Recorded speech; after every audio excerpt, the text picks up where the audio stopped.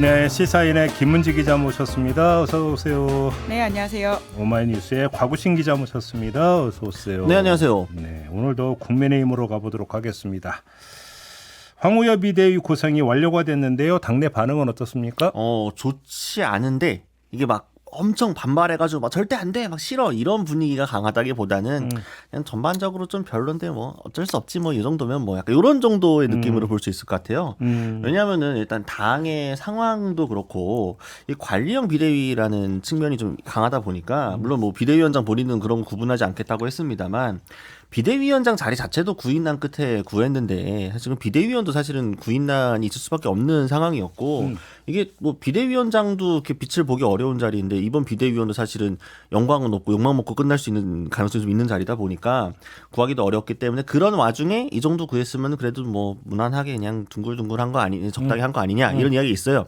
다만 이제 일각에서는 비대위인데 비상을 상황에서의 대책을 마련하기 위한 위원들을 모은 건데 이렇게 너무 그냥 무난한 세팅으로 가는 게 맞느냐 이제 이런 지적들이 나오고 있긴 합니다. 특히 좀 젊은 당직자나 이제 당 관계자들 중심으로 조금 더 반발 비판이 좀 거세질 것 같고요.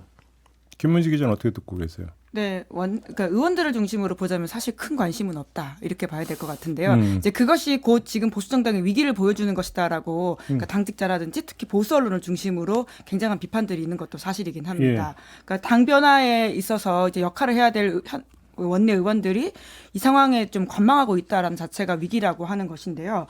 왜냐하면 현실적으로 이제 해당 의원들은 22대 배지를 단 사람들은 특히 영남 의원 중심이거든요. 그러다 보니 가장 중요한 건 본인들의 다음 생존이라고 하는 측면에서는 이번 비대위가 어떻게 찌그락비그락 하든지 간에 본인들한테 우선순위가 아니다라고 하는 차원에서는 큰 관심을 두고 있지 않은 것도 사실입니다. 그런데 곽우신 기자가 조금 전에 비대위 그러니까 인물난이었다고 그러는데 이승환 중랑을 위원장은 본인이 뭐 할 수 있다 이렇게 했는데 안 뽑아준 거 아닌가요? 이렇게 손 드신 분들 몇 분 계시죠. 하지만 손 드신 분들이 중에 되는 경우가 또 드물기 때문에 인물난은 아니네요.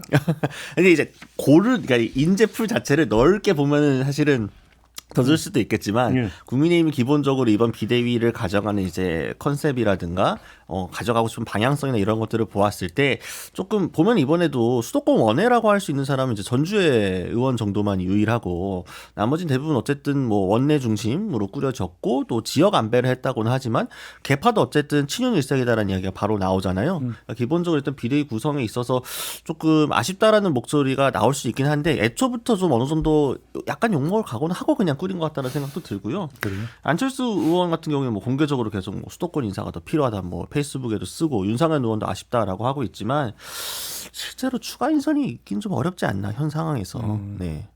그러니까 비대위는 사실 결국 전당대회를 꾸리는 역할을 하는 곳이거든요. 이제 그렇기 때문에 전당대회가 어떤 식으로 구성이 되고 향후 당권 구도에 누가 들어오느냐가 사실 가장 중요한 부분이고요. 또 하반기 윤석열 정부의 국정 운영과도 관련 있는 부분입니다. 이제 그러다 보니까 비대위원이 누가 되고 이 비대위가 어떻게 룰 세팅을 하느냐가 가장 초미의 관심사라고 할 수 있는데요.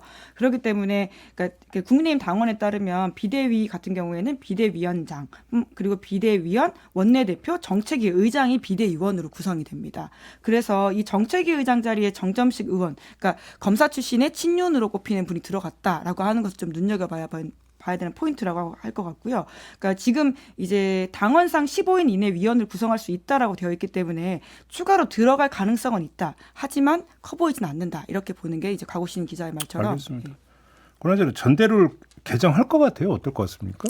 지금 구성을 놓고 보면 좀 어렵지 않을까 싶기는 한데요. 그러니까 황운여 비대위원장 본인이 어떤 굉장히 강한 의지를 갖고 막 드라이브를 걸어가지고 막 내가 이거 바꿀 거야 이런 스타일은 아니고 비대위를 구성해서 비대위에 일단 의견을 수렴하고 그걸 시작으로 두루두루 이제 이야기를 들어보겠다라는 취지였던 거잖아요. 근데 지금 비대위 구성을 보게 되면은 민심 반영이 좀 필요하다는 식으로 직간접적으로 밝힌 건 이제 김용태 당선인하고 전주의 의원 정도, 전주의원은 이제 국민의 눈높이를 좀 강조를 했으니까요. 나머지들 인사 같은 경우는 사실은 뭐 공개적으로 밝힌 사람도 있고 안 밝힌 사람도 있습니다만 좀 기류는 안 바꾸는 쪽, 좀 민심보다는 좀 당심에 좀 강조하는 쪽으로 찍혀 있는 것 같습니다. 유상범 의원 대표적으로 당원이 80만 정도 됐으면 이제 민심 반영한다고 볼 수 있지 않겠냐는 식으로 이야기를 했으니까요. 그렇기 때문에 일단 비대위 내에서도 민심 반영에 대한 이 목소리가 힘을 얻기가 쉽지 않은 상황이고 당연히 또 이 원내 같은 경우 영남권 의원들이 많다 보니까 어려운 상황이다 보니까 전반적인 예상은 한다면은 이제 이번 전당대회는 그냥 기존 룰대로 하고 다음 전대로 미룬다. 아니면 이번에 민심을 반영하더라도 약간 좀 이제 실질적인 영향을 크게 미치기 어려운 정도로 좀 생색내기 정도로 할 수 있는 정도의 작은 비율로 넣지 않겠냐 이런 정도 예상이 가능합니다.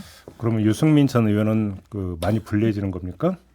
근데 지금 전대룰을 어떻게 하든지 간에 한동훈 전 비대위원장이 유리한 고지에 있다라고 하는 것이 사실 지금 비대위가 다음 전당대회 룰 세팅을 어떻게 하는지에 대해서 가장 중요한 딜레마라고 할 수 있거든요. 그렇죠. 말씀처럼 만약에 민심과 당심 5대5라고 한다고 하더라도 사실 한동훈 전 비대위원장이 현재로서 유리한 국면에 있는 게 사실입니다. 왜냐하면 당심에서는 한동훈 위원장이 이제 아무래도 유리한 상황일 테고요. 심지어는 여론조사 최근에 나온 것들을 보면 유승민 전 의원과 한동훈 전 비대위원장이 거의 박빙을 다투고 있거든요. 그래서 지금 상황에서는 지금 이 룰 개정을 어떻게 하든지 간에 한동훈 전 비대위원장이 유리한 고지에 있다라고 하는 것이 어떤 면에서는 비대위가 가지는 고민일 수도 있다라는 이야기를 하고 있는데요. 왜냐하면 윤석열 대통령의 초미의 관심사가 거기에 있기 때문이죠. 김은지 기자가 한동훈 전 위원장 얘기했으니까 바로 이제 그 얘기 좀 연결을 지어서 나오긴 나온대요. 지금으로 봤을 때는 나올 가능성이 점점 더 올라가고 있다라고 봐야 될 것 같습니다. 그래요? 특히나 이제 저희가 지난주에도 한동훈 전 비대위원장의 여러 이제 공개 행보에 대해서 이야기한 바가 있는데요. 그게 더 늘지 않았습니까? 네. 이번 주에는 심지어 도서관에서 책을 읽는 모습이 노출됐다라고 하든지 뿐만 아니라 원희룡 전 장관과 만나는 모습이 노출됐다라고 하는 지점을 보더라도 그런 가능성이 올라갔다라고 보이고요. 뿐만 아니라 지금 주변 그룹, 그러니까 한동훈 전 비대위원장과 만남을 예정했거나 만났다라고 하는 사람들의 이야기를 들어보면 점점 더 이제 그럴 가능성이 올라가고 있다라고 이야기하고 있기 때문에 룰 세팅이 어떻게 되든지 간에 아마 시기적으로도 늦춰질수록 한동훈 전 위원장의 출마 가능성은 올라가지 않나 싶습니다. 아니 그러니까 도서관에 가서 책을 빌려 읽는다. 그러니까 책값이 없어서. 내지 아니면 집이 시끄러워서 책 읽기가 좋은 환경이 아니어서. 근데 둘 다 해당 사항 없잖아요. 조용히 읽고 싶었으면 일단 기본적으로 뭐 마스크를 쓰든 뭔가 하지 않았어요. 근데 너무 대놓고 나 한동훈이야 이제 드러내놓고 한다 보니까 사실은 언론 노출 뭐 이제 팬카페나 이런 데 퍼질 것을 어느 정도 염두를 해두고 한 정치적 행보라고 보는 게 지극히 타당해 보이고요. 그러니까. 예, 다만 이제 저는 계속 이 기회 될 때마다 한동훈 전 위원장 직접 등판 가능성에 대해서 내가 좀 작게 본다고 이야기를 말씀드리고 있는데 왜냐하면 이번 전당대회 같은 경우에는 기본적으로 한동훈 전 위원장 입장에선 하이리스크 하이리턴이라고 볼 수 있습니다. 그러니까 전당에서 만약에 당권을 잡게 된다면은 당연히 이제 사실 지금 대권 주자로서의 어떤 지위가 뭐 완전히 무너진 거 아닙니다만 더 공고하게 갈 수 있고 다음 스텝도 그대로 가는 거고 총선 참패 후유증도 완전히 씻을 수 있는 정말 절호의 기회가 될 수 있겠죠. 반면에 만약에 한동훈 전 위원장이 이번 전당대회에 직접 등판했는데 소기의 성과를 거두지 못한다고 한다면 정말로 정치인으로서의 생명을 여기서 이제 마감 지어야 될 수도 있는 상황이거든요. 그러다 보니까 고민이 깊을 수밖에 없고 그래서 지금 최대한 여러 사람들과 접촉을 늘리면서 원희룡 전 장관과 만난다든가 여러 이야기를 듣는 것으로 보입니다. 그러니까 그 원희룡 전 장관은 왜 만나자고 했을까요? 한동훈 전 위원장을? 그러니까 원전 전 장관 쪽에 제가 안 그래도 어제 물어봤는데 그 참모분들이 하는 말이 본인들도 파악을 하고 있다 이렇게 이야기를 하고 있는 거예요.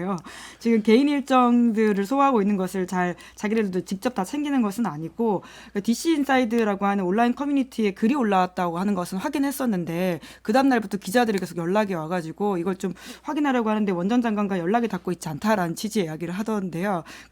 이게 주는 메시지가 뭘까라는 생각을 좀 여러 가지 하긴 했습니다. 해석을 좀 해야 되는 말인 것 같아요. 그러니까 원희룡 전 장관 측에서 먼저 제안했다라는 것도 사실 좀 특이하죠. 한 전 장관이, 그러니까 한 전 위원장이 먼저 얘기를 한 게 아니라.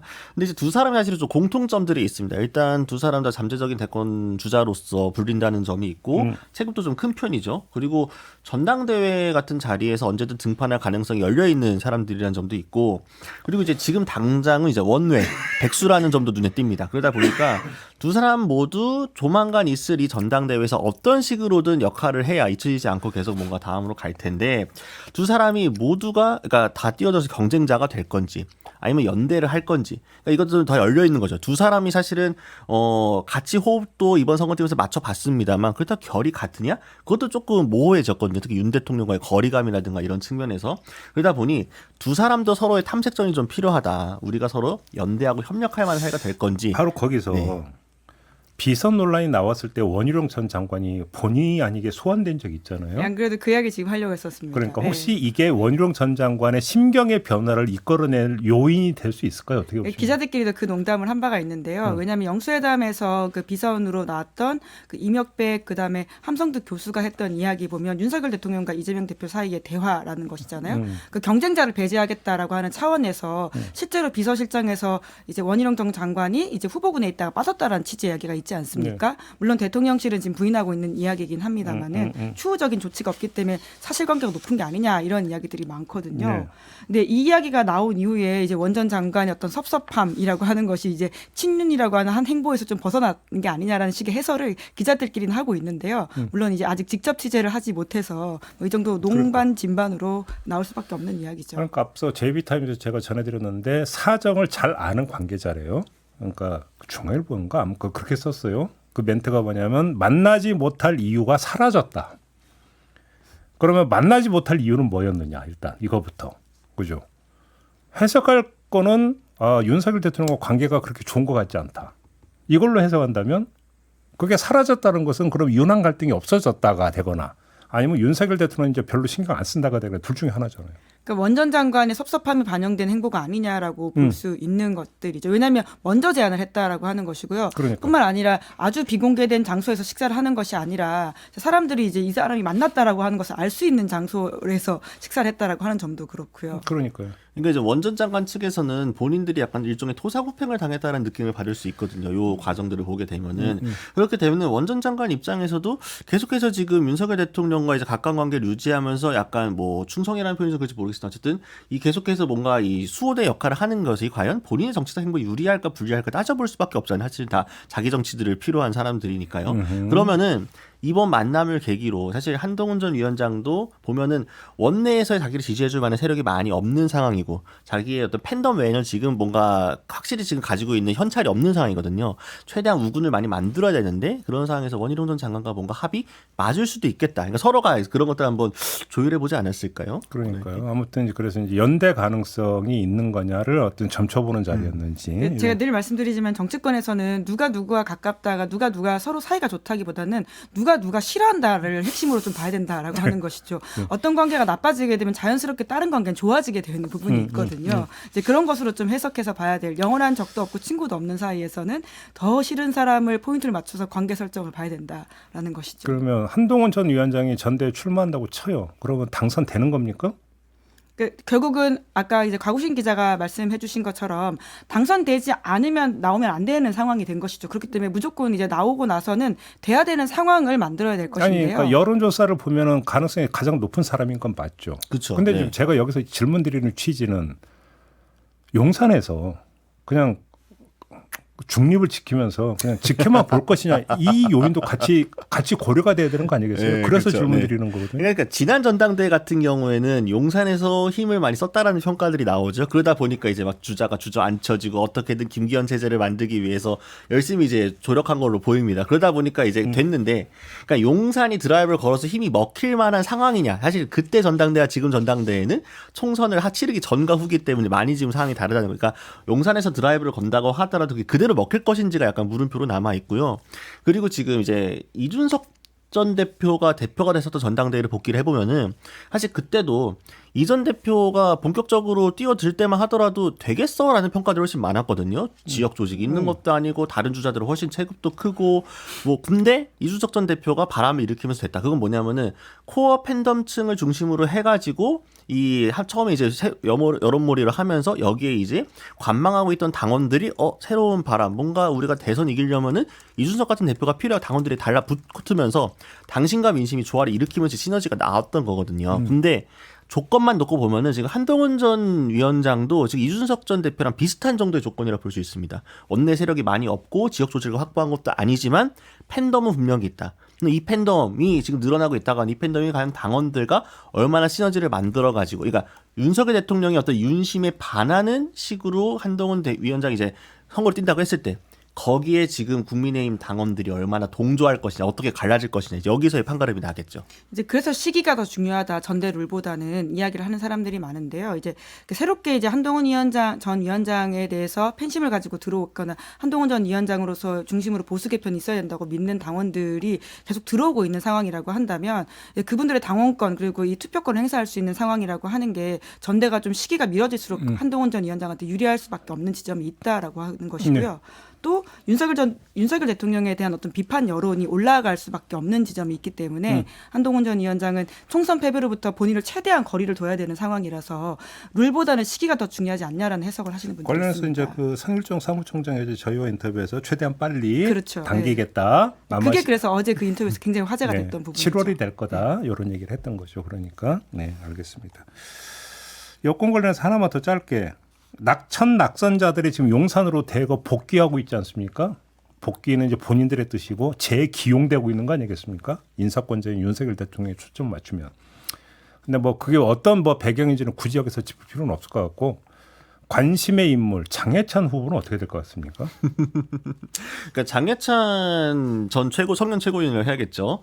뭐 뉴미디어 비서관 같은 좀 구체적인 자리들이 이제 언급이 계속 됐었죠. 그래서 여의도에서 계속 돌았었거든요. 조만간 이제 콜업 될 거다. 그런데 너무 여론의 주목을 많이 받고 있는 상황이다 보니까 당장 쓰기 좀 부담스러워졌다라는 이야기들이 있더라고요. 그러니까 최근에는 오히려 그러니까 이전에는 좀 이야기가 나왔었는데 오히려 최근에는 용산 대통령실에서 장해찬 전 최고위원 이름이 잘 언급이 안 되고 있다라는 이런 이야기도 있는 상황입니다. 왜냐하면은 재기용을 하는 순간 과거 논란까지 불거지면서 악재가 다시 끄집어내는 효과가 있거든요. 그러다 보니까 지금 용산이나 이런 데서 여론이 추이나 좋지 않다 보니까 그러면 일단 장해찬도 팽?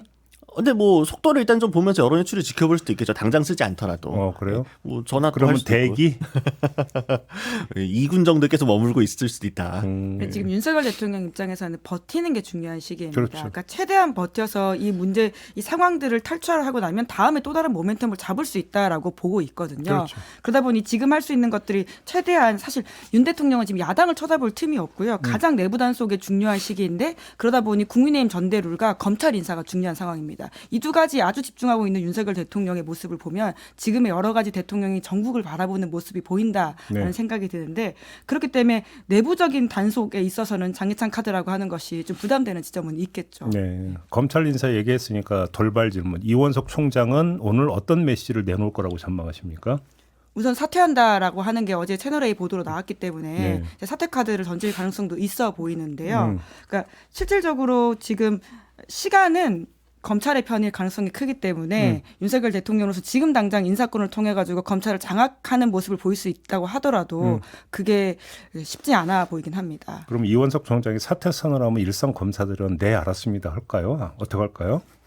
그게 이제 시금석이죠. 지금 이번에 김건희 여사 관련한 수사를 두고 저희가 저번 주에도 얘기했던 건 정반대 해석들이 있었잖아요. 이게 그냥 명분 쌓기와 구색 맞추기 갈등설이냐, 갈등인지. 방탄설이냐. 네. 근데 만약에 이번에 그 이원석 총장이 사의를 던지 거기에 검사들이 같이 보조를 맞춘다, 일선 검사들이 한다면은 갈등설 쪽에 조금 더 이게 실리는 거고 그게 아니라 이원석 총장 혼자만 어떤 개인적인 어떤 쇼잉으로 끝나게 된다고 한다면은 방탄설에 더 힘이 실리겠죠. 아마 이게 굉장히 중요한 모멘텀이지 않을까.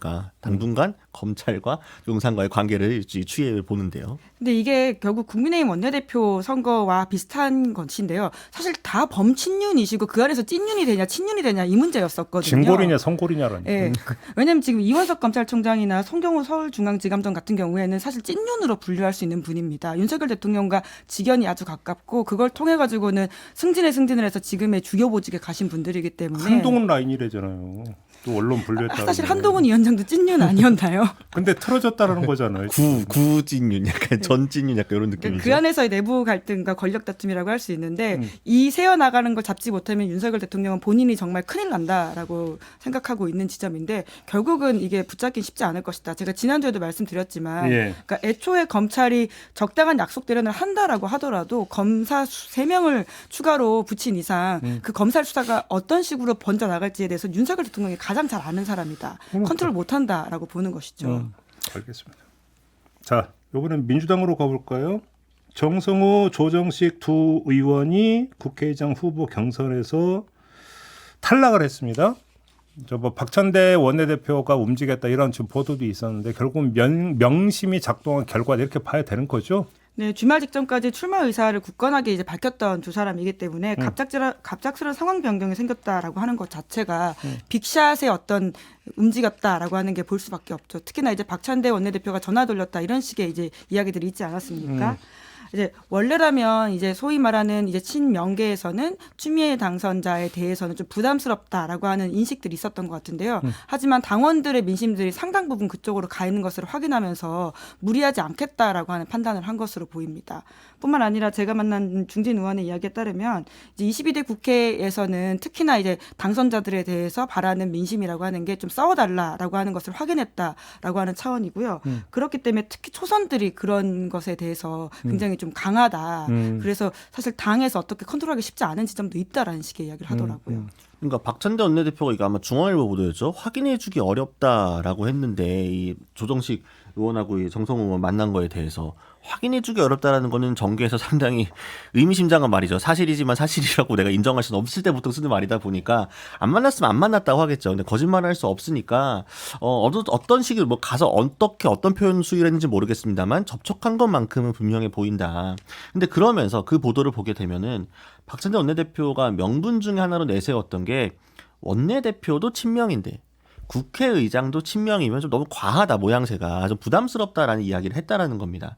조정식, 정성호 두 분 모두 자타공인 친명이죠. 뭐 사실은. 근데 이 국회의장 후보가 윤곽이 막 드러나기 전까지만 하더라도 오히려 명심은 다른 후보에게 있는데 당심은 추미애 당선자에게 있다. 그래서 이게 갈등이다. 이런 식으로 보도도 처음에 나왔었거든요. 그 말은 뭐냐 결국 추미애 당선자는 찐명이 아닌 겁니다.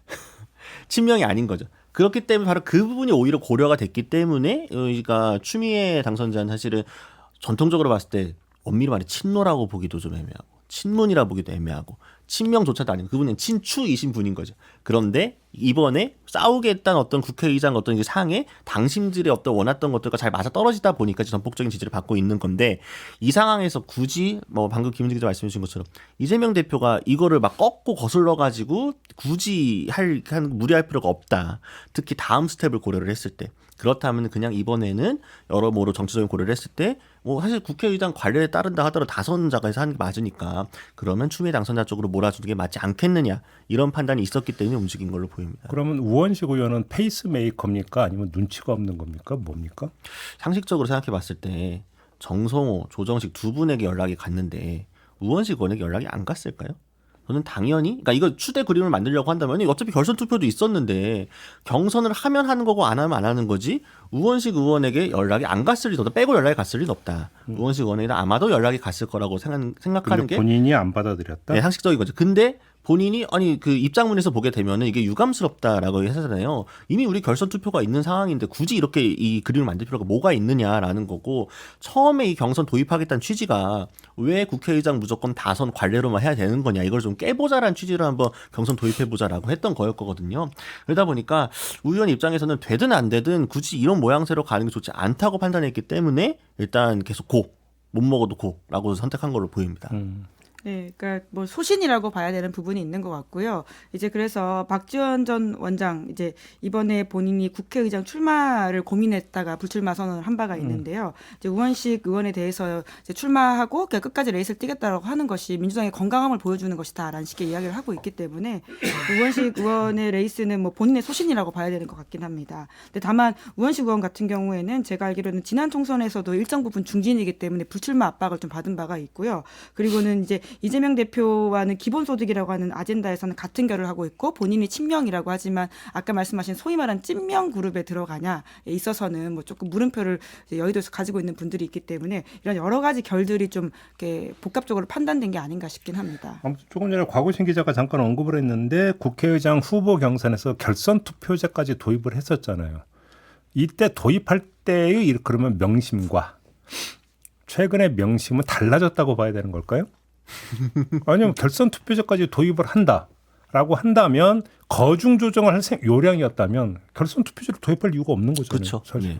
그러니까 제가 만났던 한 초선 당선자 이야기에 따르면, 그러니까 명확하게 어떤 이야기가 내려오지 않았다라는 식의 이야기를 지난주까지 하더라고요. 이제 그러다 보니까 우선은 이 레이스 자체가 펼쳐졌던 것으로 보이고요. 이제 그런데 이제 그것이 이제 후반으로 가면서 어제 추미애 이제 당선자 같은 경우에도 본인이 이제 이재명 대표와 했던 통화 내용을 공개하지 않았습니까? 그 시점에 여러 가지 좀 정리가 이루어진 게 아닌가라는 생각이 듭니다. 뭐 제가 취재했던 바에도 보면 고를 때 대표가 그런 이야기를 했다라고 하고요. 그러면 추미애 당선인이 국회의장이 된다고 가정을 하고 추미애 국회의장은 자기 의정을 하는 겁니까? 아니면 민주당과 호흡을 맞추는 겁니까? 민주당의 그것과 자기의 정치가 결이 맞을 때는 함께 가겠죠. 그러나 그것이 다른 경우에는 다른 정치를 하겠죠. 그렇게 전망하십니까? 왜냐하면 추미애 당선자가 이전부터 의정 활동을 해왔던 거 보면 본인 소신도 있었고 여러 가지 있겠습니다만 그렇게 당론을 따르는 분은 아니에요. 보게 되면은 이전에 저기 무슨 뭐 노동법 관련이나 이런 거 있을 때 아마 환노위였었나요? 이제 한나라당하고 밀실 뭐 약간 야합이었다 그런 식으로 비판받는 경우도 있었고, 그러니까 그때 추미애 당선인은 욕먹을 각오를 하고서라도 본인이 필요하다 싶으면은 고를 하는 사람이고 아니다 싶으면은 또 여러 가지 정치적인 판단을 하는 분입니다. 그렇기 때문에 그때 선택이 달랐었거든요. 그렇기 때문에 추미애 당선자가 기본적으로 최소한 뭐 일부 사람들이 생각하는 것처럼 이재명 대표의 말을 뭐 충실히 따른다거나 혹은 당이 원하니까 무조건 간다 그런 식의 스타일을 할 건 아니다. 다만 이제 당면에 있는 현안 과제들 같은 경우에는 큰 틀에서 뭐 추미애 당선자나 뭐 지금 민주당의 당론이나 이 개혁 의지라든 어쨌든 지금 뭐 특검법이든 비슷한 결을 갖고 있기 때문에 여기서 뭔가 엇박자가 나진 않겠지만 의장 임기는 전반기면 꽤 깁니다. 그 사이 동안에 결이 맞는 현안들만 있을까? 국회가 시작하다 보면은 또 다양한 현안들이 충돌할 거거든요. 이때 국회의장이 또 어떤 선택을 할지, 근데 분명히 적극적인 역할을 할 거거든요. 그때 아마 국면마다 추미애의 존재감이 상당히 드러날 것으로 보입니다. 김문재 기자의 전망도 비슷합니까? 네, 오늘 이제 중앙일보 보니까 대립군이라고 하는 표현이 있던데요. 그러니까 일정 부분 이제 배드캅 국캅 역할을 좀 나눠서 해야 된다라고 하는 지도부의 판단이 있는 것으로 보이긴 합니다. 이제 특히나 대권 주자로서 생각하고 있는 이재명 대표는 조금 덜 이제 어떤 왼쪽으로 나아가는 모습들을 보이고 대신에 이제 국회의장한테 그런 역할을 좀 요구하는 모습으로서 친명 일색이 아니지만 조금 더 강성으로서 당을 이끌고 가는 걸 바란다라는 것인데요. 이제 아까 근데 곽우신 이제 기자님 말씀처럼 이게 꼭 그 바라는 그림대로만 그 인연이 펼쳐질지에 대해서는 사실 좀 걱정하는 의원들이 있긴 있거든요. 이제 그러다 보니 여러 가지 말이 나온 것 같은데 우선 뭐 민주당이 이런 선택을 했으니 그 선택에 따라 가지고는 이제 보이는 그림들에 대해서도 저희가 여러 가지 이야기를 하게 되겠죠. 네, 알겠습니다. 이재명 대표는 연임하는 거죠? 지금으로서는 그럴 가능성이 점점 더 커지고 있는 것 같습니다. 왜냐하면 정청래 최고위원이라든지 장경태 최고위원이 이제 그런 메시지를 적극적으로 최근에 내고 있기 때문인데요. 사실 이재명 대표가 연임할 거다라고 하는 식의 이야기와 예측들은 작년 말이나 올해 초부터 꽤 나온 바가 있긴 합니다. 여러 가지 상황상 이 대표가 한 번 더 하려고 할 수 있겠다라는 이야기였는데요. 이제 이재명 대표 쪽에서는 공식적으로는 부인하고 있지만 요새 나오는 주변 그룹의 이야기는 이 대표가 해야 될 일을 좀 매도짓지 못했다. 그래서 더 해야 된다라는 식의 하는 이야기인데 뿐만 아니라 이제 이재명 대표와 관련된 여러 가지 재판 일정이라든지 또 주변 재판 일정들을 염두에 두면 더 할 수도 있겠다라는 예측을 하는 사람들이 꽤 있습니다. 근데 그 민주당은 당권 대권 분리 규정이 없나요? 있을 것으로 민주당도 보이는데요. 저는 예. 있는 걸로 알고 예, 예. 있는데요. 그러니까 국민의힘이 1년 6개월 전이고 민주당은 1년 아닌가요? 제 기억이 맞는지는 좀 확인이 좀 필요하긴 한데 그러면 연임을 한다 하더라도 대표 연기를 꽉꽉 채우지는 못할 가능성이 있다. 이렇게 봐야 되겠네요. 뭐 상황이 충분히, 그러니까 어쨌든 사법 리스크 관련 부분들이 어느 정도 해소가 되고 난다면은 다시 다음 대권을 준비해야 되니까 임기를 끝까지 다 마치기는 어렵지 않을까 싶은 게 뭐 통상적인 해석이겠죠. 그러니까 지금 같은 경우에는 이재명 대표가 연임을 옵션으로 고려하지 않고 있다면 애초에 굳이 이런 그림을 만들 필요가 없다라는 겁니다. 그러니까 지금 내가 무조건 연임을 할 거야로 방점을 찍은 건 아니겠지만 최소한 연임을 할 수도 있겠다라는 거를 선택 가능한 선택지로 두고 지금 네. 여러 가지 그림들을 그려보고 있는 걸로 보이거든요. 예. 네, 결국 지금 막 주변에서 아까 방금 말씀드린 장경태 최고위원의 정청래 최고위원이 이야기하는 것도 그렇고 무엇보다 지금 당원들의 다수가 지금 이재명 대표 연임을 바라고 있는 상황입니다. 그런 상황에서 이 대표는 충분히 본인이 직접 등판하지 않더라도 잘 굴러갈 거라고 보일 건지 아니면 내가 직접 나서야겠다라고 할 건지 선택을 하겠죠. 네, 오늘 이야기는 좀 이렇게 좀 정리를 좀 하도록 하겠습니다. 이제 5월 말이 다가오고 이제 22대 국회 개원 협상이 이제 기다리고 있는데 의장이 누가 되느냐에 따라서 이 개원 협상의 진척 속도와 판도 엄청나게 달라지는 부분이 있는 거죠. 22대 국회가 개원하면 가장 먼저 일단 의장 선출이잖아요. 그렇죠? 그래서 만약에 추미애 당선이 의장이 된다. 그럼 개원 입성 이렇게 오래 끌 것 같지도 않은데요. 애초에 그런 공약으로서 초선 그러니까. 당선자들한테 특히나 어필을 했다라는 이야기를 들었습니다. 그러니까요. 네. 알겠습니다. 이후에 관전 포인트로 남겨놓도록 하고요. 자, 오늘은 아무래도 뭐 이원석 검찰총장의 입에 모든 시선이 집중되지 않을까 싶은데 이것도 한번 좀 지켜보도록 하고 오늘 여야 어때는 모두 마무리하도록 하겠습니다. 두 분 수고하셨고요. 저도 함께 물러갑니다. 고맙습니다. 감사합니다. 감사합니다.